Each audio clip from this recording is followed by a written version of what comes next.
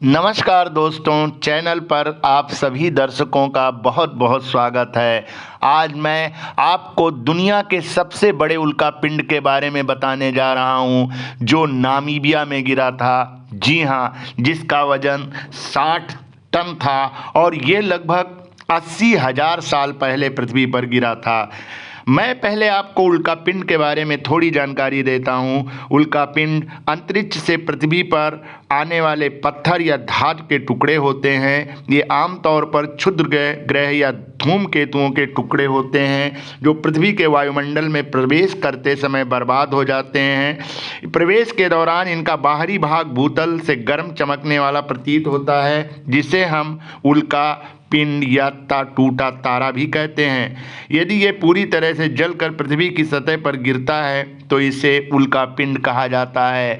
जी हाँ, आज मैं आपको एक सबसे बड़े उल्कापिंड के बारे में बताने जा रहा हूँ। दुनिया का सबसे बड़ा उल्कापिंड नामीबिया के ओचोजोंडजुपा क्षेत्र के होबा वेस्ट में गिरा था। इसी कारण इसका नाम भी होबा उल्कापिंड रखा गया। इस उल्कापिंड की खोज 1920 में एक स्थानीय किसान ने की थी। इसके बाद से आज तक इसे हिलाया नहीं जा सका।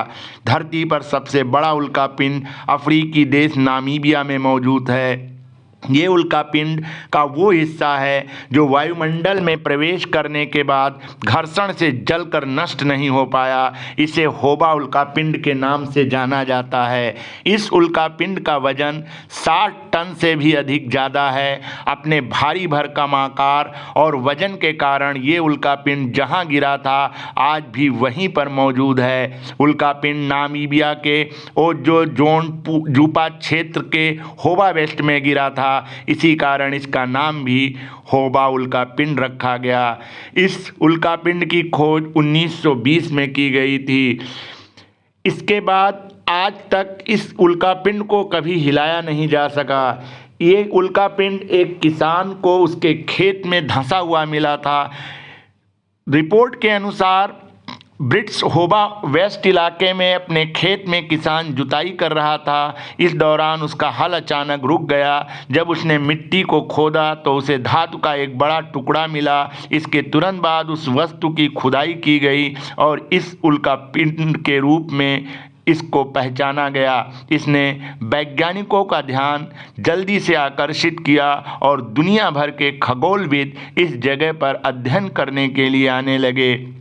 ऐसा माना जाता है कि होबा उल्कापिंड लगभग 80,000 साल पहले पृथ्वी पर गिरा था, लेकिन वैज्ञानिकों को शक है कि अगर ऐसा हुआ था तो इसके गिरने वाली जगह पर कोई गड्ढा क्यों नहीं। जियोलॉजी.com के अनुसार एक क्रेटर की कमी से पता चलता है कि यह अपेक्षा से कम गति से पृथ्वी पर गिरा।